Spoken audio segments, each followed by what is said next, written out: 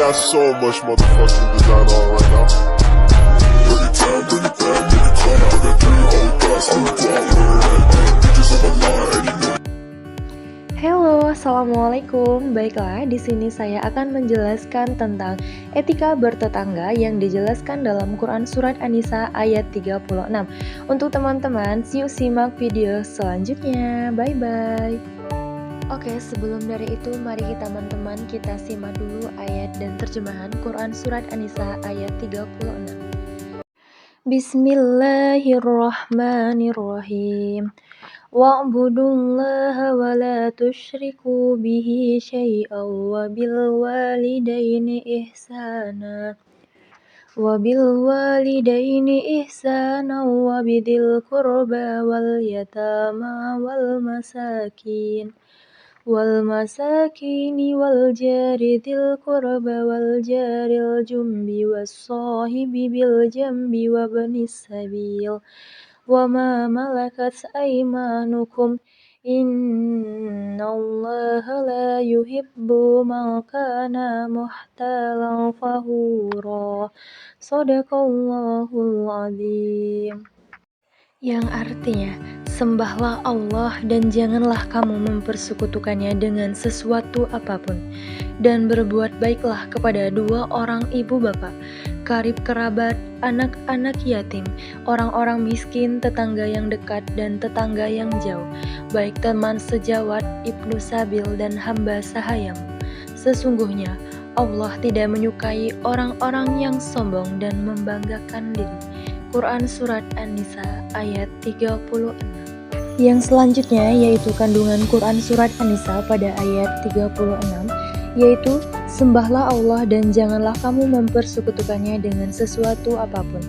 Di sini Allah Subhanahu wa Ta'ala memerintahkan kepada hamba-hambanya agar menyembah Dia semata, tiada sekutu bagi Dia, karena sesungguhnya Dialah yang Maha Pencipta, Maha Pemberi rezeki, yang memberi nikmat, yang memberikan karunia kepada makhluknya dalam setiap keadaan. Oke, baiklah teman-teman, dalam Quran Surat An-Nisa ayat 36 ini mengandung beberapa hal penting yang diperintahkan oleh Allah Subhanahu wa Ta'ala. Yang pertama yaitu perintah ibadah khusus atau hablum minallah, yaitu menyembah Allah Subhanahu wa Ta'ala dengan ikhlas dan tidak mempersekutukannya dengan sesuatu apapun. Ini adalah merupakan inti dari keimanan dan kewajiban utama seorang muslim. Yang kedua yaitu ibadah hablum minannas, yaitu berbuat baik kepada sesama manusia, termasuk kepada kedua orang tua, kerabat, anak yatim, orang miskin, fakir miskin, tetangga dekat dan jauh. Pada Quran Surat Nisa ayat 36 ini ada penekanan pada sikap atau perilaku. Yang pertama yaitu disuruh untuk menjauhi kesombongan dan sikap membanggakan diri pada kita. Yang kedua, menegakkan pentingnya tauhid dan amal soleh. Yang ketiga yaitu kita mengingatkan tentang kasih sayang dan kepedulian sosial, yaitu tidak membiarkan sahabat kita kesusahan, saling menolong, dan lain-lain. Yang selanjutnya yaitu mengajar pentingnya kita untuk rendah hati dan saling menghormati. Lalu selanjutnya apa sih yang dimaksud dengan tetangga? Jadi tetangga itu adalah orang yang tempat tinggalnya atau rumahnya berdekatan. Dengan singkat, Surat Muhammad Zain mengatakan bahwa tetangga yaitu jamak daripada tangga. Dari segi istilah, Al-Istifani sebagaimana dikutip Wartono Abdul Ghafur mendefinisikan tetangga dengan orang yang rumahnya dekat dengan kita atau penghuni yang tinggal di sekeliling rumah kita sejak dari rumah pertama hingga rumah ke-40. Yang selanjutnya yaitu Asbabun Nuzul An-Nisa ayat 36. Jadi dalam suatu riwayat ditemukan bahwa Qurdum bin Zaid, sekutu Ka'bad bin Al-Ashraf, Utsman bin Habib, Nafi bin Abi Nafi, Bahra bin Amr, Hay bin Al-Khattab, dan Rifa'ah bin Zaid bin Al-Taubut mendatangi orang Ansor dan berkata, "Janganlah kamu membelanjakan hartamu, kami takut kalau kamu jadi fakir dengan hilangnya harta itu. Dan janganlah kamu terburu-buru menginfakkan, karena kamu tidak tahu apa yang akan terjadi." Maka turunlah surat An-Nisa ayat 36 ini sebagai larangan menjadi orang yang kikir, ulama atau cendekiawan Bani Israel dulu sangat bakhil terhadap ilmu pengetahuan yang dimilikinya. Dia tidak mau menyebarkan luaskan kepada umat manusia karena dia khawatir nanti akan jatuh martabatnya apabila mereka mengetahui ilmu tersebut. Jadi sehubungan dengan itu Allah Subhanahu wa taala menurunkan ayat ke-36 dan 37 sebagai peringatan terhadap kebakhilan mereka, baik terhadap ilmu, pengetahuan maupun karunia Allah yang lain. Hadis riwayat Ibnu Hatin dari Sa'id bin Jubair. Selain itu juga yaitu karena menanamkan tauhid dan larangannya syirik. Yang selanjutnya itu karena menentang kesombongan dan membanggakan diri umat Israel. Yang selanjutnya yaitu perintah kita berbuat baik kepada sesama dan menjunjung tinggi akhlak dan moral yang baik. Yang selanjutnya yaitu tafsir Al-Misbah surat An-Nisa ayat 36. Jadi Al-Bikai menilai ayat ini sebagai penekanan terhadap tuntunan dan bimbingan ayat-ayat yang lalu. Dia menulis bahwa cukup banyak nasihat yang dikandung surah ini sejak awal, yang kesemuanya mengarahkan kepada ketakwaan, keutamaan, serta anjuran meraih dan ancaman mengabaikannya. Ia diakhiri dengan petunjuk kepada kehidupan rumah tangga yang ditutup dengan penutup yang sangat indah, yaitu dua sifat Al-Alim dan Al-Khabir.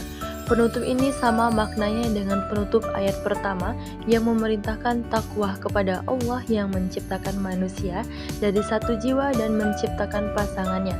Dan penutupnya adalah sesungguhnya Allah Maha Pengawas atas kamu. Oke, jadi apa sih teman-teman yang dimaksud dengan etika bertetangga? Jadi etika bertetangga adalah hak dan kewajiban tetangga muslim yang masih mempunyai kerabat. Tetangga semacam ini mempunyai 3 hak, yaitu hak keislaman, hak ketetanggaan, dan hak kekerabatan. Adapun hak sebagai muslim diantara lain yang pertama, apabila berjumpa diberi salam atau apabila ia memberi salam, salamnya wajib dijawab. Yang selanjutnya, apabila dia sakit maka wajib untuk dijenguk. Yang ketiga, apabila bersin disambut dengan bacaan yarhamukallah untuk laki-laki dan yarhamukillah untuk perempuan. Artinya semoga Allah memberi rahmat kepadamu. Dan yang selanjutnya yaitu apabila meninggal, jenazahnya diurus sampai penguburan. Yang selanjutnya apabila meminta nasihat atau berbuat salah, kita wajib untuk menasihati dan dicegah dari perbuatan mungkar. Baik teman-teman, jadi yang dimaksud dengan etika bertetangga yaitu kita haruslah menjaga hubungan yang baik terhadap sesama tetangga, yaitu saling menghormati dan menghargai, kemudian saling tolong-menolong, kemudian menjalin komunikasi yang baik, yaitu agar dilakukan dengan cara sering menyapa, berbincang-bincang, dan saling bertukar informasi. Yang kemudian yaitu bisa saling menjaga kebersihan lingkungan, tidak mengganggu tetangga, dan masih banyak cara yang lain untuk menjaga hubungan yang baik dengan tetangga. Karena etika bertetangga yang baik akan membawa banyak manfaat, baik itu bagi diri sendiri atau maupun lingkungan sekitar ya. Jadi yang pertama itu kita bisa menciptakan suasana yang rukun dan harmonis. Kemudian kita juga bisa meningkatkan rasa saling peduli dan tolong-menolong. Kemudian kita juga bisa menjaga kebersihan dan ketertiban lingkungan. Jadi itulah manfaat yang bisa didapat ketika kita menjaga hubungan yang baik kepada tetangga. Oke, baik teman-teman, saya di sini akan menyimpulkan apa yang dimaksud dengan Quran Surat An-Nisa ayat 36 ini. Jadi, pada Quran Surat An-Nisa ayat 36 ini menekankan pentingnya yaitu kita keseimbangan antara ibadah kita kepada Allah ataupun sosial atau hubungan kita kepada manusia. Jadi ayat ini mendorong kita umat Islam untuk menjadi individu yang beriman, baik itu bertakwa dan berakhlak mulia, serta berperan aktif dalam membangun masyarakat yang adil, saling tolong-menolong. Kemudian ada beberapa hal yang dapat kita lakukan untuk mengamalkan Quran Surat An-Nisa ayat 36. Yang pertama, kita menekuni ibadah kepada Allah Subhanahu wa Ta'ala seperti sholat, puasa, zakat, dan haji. Yang selanjutnya berbakti dan berbuat baik kepada orang tua serta menyambung tali silaturahmi dengan kerabat dan keluarga dekat. Yang selanjutnya yaitu menolong dan menyantuni anak yatim dan orang-orang miskin. Yang selanjutnya berbuat baik kepada semua orang tanpa memandang status sosial, suku, atau agama mereka. Yang selanjutnya yaitu menghindari sikap sombong, dengki, dan iri hati. Dengan kita mengamalkan Quran Surat An-Nisa ayat 36 ini, jadi kita dapat menjadi umat Islam yang beriman, bertakwa, dan berakhlak mulia, serta dapat berperan aktif dalam membangun masyarakat yang adil dan saling tolong-menolong. Baik teman-teman, itulah tadi yang dapat saya jelaskan tentang etika bertetangga. Maaf atas segala kekurangan yang saya berikan. Wassalamualaikum warahmatullahi wabarakatuh.